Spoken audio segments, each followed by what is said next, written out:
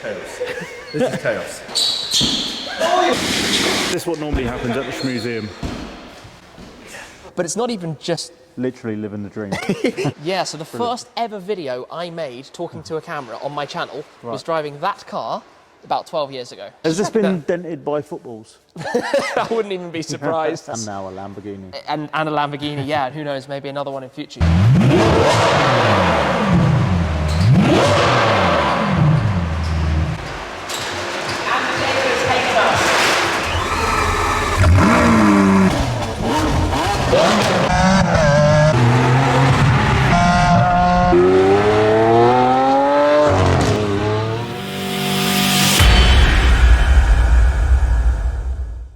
Right, so welcome back to another video here at the Shmuseum. We're surrounded by illustrious vehicles owned by none other than Tim Shmee Burton. Yes, he's here. We're going to speak to him in a moment, get a look around his cars, find out what he really thinks of Viola Ophelia. But right now, it's a madness. So they've been playing a bit of football this afternoon. We're down here at the Shmuseum, very secret location. And it's great to be here. The eclectic mix of cars that Tim has is fantastic. Guys, again, welcome back to the channel, and make sure you hit that subscribe button and give us a comment and like. Tell us what you want to see more of. We're out on the road regularly and always filming to bring you the action and, of course, awesome cars. Let's go find Tim.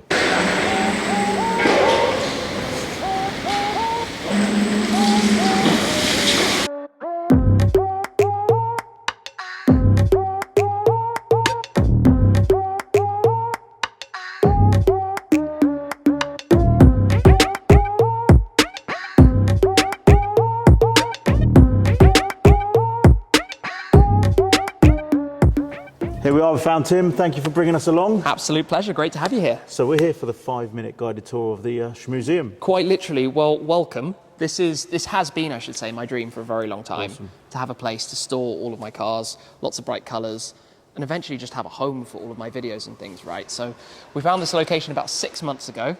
You're one of the early visitors, I suppose. Brilliant. We're trying to make changes constantly. I love what you've got planned for it as well. And it's not only these cars, it's the Lego cars, the model cars. Everything. It's phenomenal. All the gadgets. I mean, picture the scene a few months down the line. We're going to have an office, mezzanine, lounge area. Upstairs will be all the toys, the Lego, that kind of stuff. That's all going to be at this end, looking out effectively over the hall of cars. You know, we're going to have this racetrack vibe, basically, because I've always been into track-focused, special, limited edition cars. You can see that from some of the cars that are here at the moment. Big wings, very dramatic colours, vibrant, lively. So that's basically the theme for the whole area. Amazing. We're in a kind of temporary space at the moment. But I think when it comes to the cars in my collection, I've always liked to have a variety of different driving experiences. You know, at the one end you have the Senna, the Ford GT, inbound very soon SF90 Stradale, the Zenvo, like crazy dream cars. Absolutely. I still can't believe myself. And what I like about it, obviously, I've bought Viola Ophelia and Customizer. You're literally doing that off the bat when you're on the drawing board with the brands, working out how bonkers you want these cars to look. And I like to spend a lot of time. It's a big part of the fun for me is to be part of that process, to be kind of with a car throughout its life cycle, you know, from when it's introduced to going through the spec of mine, to then collecting it at the beginning and then going all the way through. But it's not even just... Literally living the dream. It's not even just the supercars, you know, I love having the GR Yaris, the M3, the C63 Black Series. One of my, in fact, latest cars that I've collected here is the DBS. Always been an icon for me, James Bond era, right? Yeah, this was like, when I was a bit younger, that generation of DBS stood out a mile away. And let's face it, naturally aspirated V12s aren't going to be around forever. No, so absolutely. Making the most of them. Yeah. But you know what? Probably the most, I think, significant car to me is actually this one. This is one you bought back? Yeah, so the first ever video I made talking to a camera on my channel was driving that car about 12 years ago. Wow. I sold it in 2012, bought it back 9 years later. It had only done about 11,000 miles more, 12,000 miles more. We just had it fully overhauled. It's just had a big, major maintenance repair because I want to keep it for the long haul. You know, it was the first car that was ever called the Shmee150s on my channel. And is that signified by that plate? That was the plate I had. That's the plate I had on it back at the time, actually. Brilliant. It's a bit dirty at the moment, can't beat the weather, right? But that was the plate I had on it back at the time, on it still to today. And then next to it, this is the funny thing, right? Having a 1.2 litre Clio in the same garage as a Senna, but this is an identical specification to the first car I had when I was 17. I think we all remember that first car, our first experiences, our first bit of freedom, right? So I wanted to have that link back, and amusingly, I do actually own my actual first car. Oh, right. But it's not in the shape of a car anymore. It got written off in an insurance wreck, it got scrapped, so I own a lump of metal that we managed to track down. Actually, Tom managed to track it down. That's absolutely mad, which you can do if you're Tim Burton. So we managed Has to this been dented by footballs? I wouldn't even be surprised. Yeah, that's probably had a bit of a life, but when we saw it, it's to the spec identical. Brilliant. So we figured we had to have that back.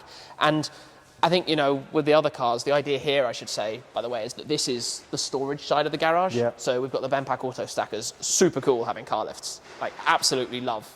I don't know, it just makes the garage feel... They look like they're on plimps right now, and then obviously Yeah. when you put them up, we've seen photos of cars underneath it, and it looks absolutely awesome. Super easy. And it's so different to the four-poster lifts, like you mentioned earlier, that you've got, it's just a real clean look.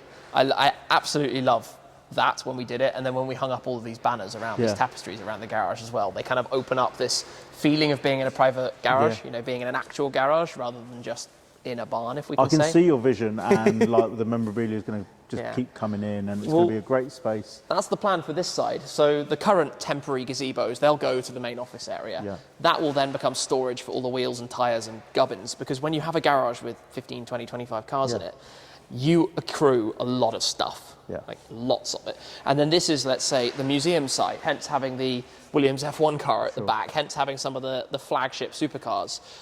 We're here at a time with a few cars out at the moment, which is a bit odd. The GT's at service, the SLS is at service. We'll be visiting again, You'll have to. when the mezzanine and the office is up. And You'll have else. to. I don't know how any collector manages to have all of their cars in one place at the same time. Because of servicing. They just go places. But yours are flying off to Dubai and America and all sorts, aren't they? Well, the GT500's in Miami, the GT Black Series, as you say, is in Dubai. So kind of all around the world. Is but the GT500 coming back to the UK? It will. I'll import American. it. That's the plan. It's a US spec car. But I tell you what, in their absence, we have a rather lovely Viola Ophelia Aventador here, don't we? So, from the moment I saw and bought Viola Ophelia, I wanted to bring Tim and the car back together again because Tim reviewed the car in 2013 on the 50th anniversary tour, and Scoot sent me the video as soon as he found out I bought the car, and it kind of inspired me, not because you videoed, because the car was well known, to kind of make it bonkers, do something different with it. You're reunited with Viola Ophelia. I know you love the colour. What do you think of the Huber kit? It's so cool to see it again. Like you say, it was on that UK 50th anniversary tour at the end of 2013. And the crazy thing is that's like nearly 9 years ago. Exactly. Time has absolutely flown by. But what you've done to it with the kit is give it like a new lease of life. You've still got that really elegant dark purple with the cream interior. Yeah. But by introducing the new look, it brings it forwards from the LP700. It's a much more aggressive look, and that's what I loved at it. And we coined the phrase, beauty in the beast.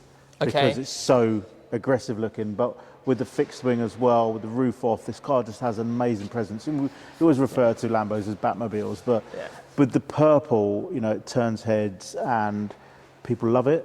It's got a lot of presence. Yeah, it's fantastic. And one interesting thing is I remember the day that I filmed it so well that when I was considering the different spec options for my STO, this was one of the colours on the list. Brilliant. It's the only time really up to that point I'd previously seen this paint colour. So it was amazing when I saw that you had bought this car. I was like, oh, no way, I remember that one. Like, I remember it like it was yesterday. It's strange because it's so long ago, but I remember standing there on the grass next to the car park where it was parked, being like... She lived a very quiet life. She had 5,000 miles on the clock after 9 years. And I've added 7,000 to that in 9 months. But and keep they're it going. there to be driven. And exactly. That's one of the things I love about your collection. You do drive the cars. What is your actual opinion on mileage and... Do you know what? The more complicated cars get, things like the Senna, for example, they actually reward you if you drive them. Right. If you leave that car parked for 3 months and don't drive it, it's going to throw up some kind of error. Something's going to be needing replacing. If you drive them like once a month, keep them out and try and do miles on them, ultimately you keep everything, alive. You keep it running properly. Yeah. Lubricated. And, when it comes to the cars, obviously I'm very lucky to have quite a few different cars now, so it's impossible to do like 10,000 miles a year in any one car, unless I just don't shuffle them around a little bit. But I try to plan something with every car every year, so that every car gets a good outing, gets a good stretch, a good road trip, a tour, make some videos, some cool stuff. That's always the aim. With the diverse collection, eclectic mix of cars, I say you've got something for every occasion, haven't you? Yeah, exactly. That's the plan, to be able to go to so many different events. That's one thing, lots of collections will really be heavily on one brand.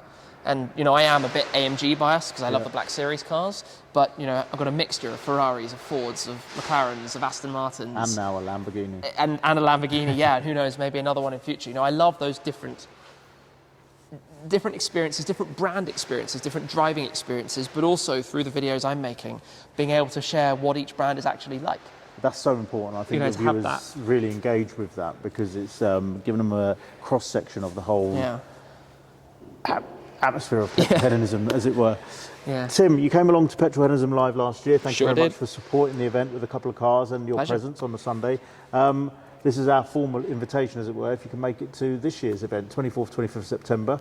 That's very kind. Well, if I Try can and be make it happen. If I can be there, get some cars down, let's see if we can do it. Amazing. And one last thing, Krish, hello. I'm here with Tim. Krish, if it weren't for you at Approved Motor Finance, I would not have Viola Ophelia. You've seen a video on that before, but... Can I just say quickly, if it wasn't for Krish, I wouldn't have most of these cars here. Thank you, Amazing. AMF. So, guys, Approved Motor Finance, they're our partners 2022, and they were 2021. Hit up Krish. He's waiting for your phone call right now. There's his phone number. Call him now. Cool. I hate you for that bit.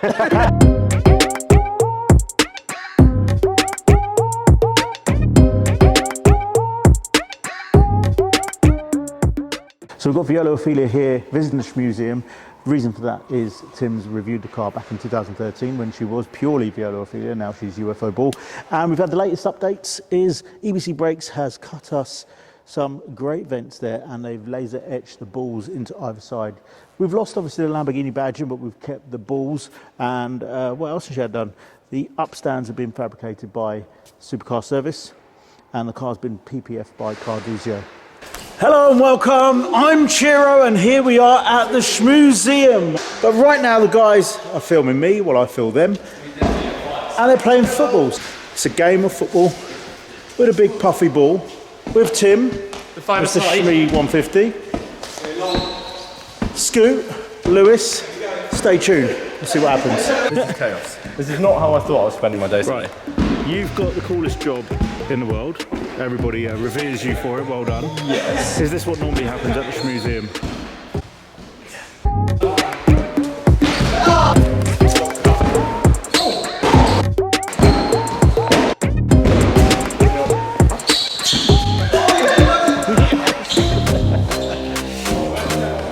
Tim, thank you for inviting us down to the Shmuseum. Pleasure. What a great day.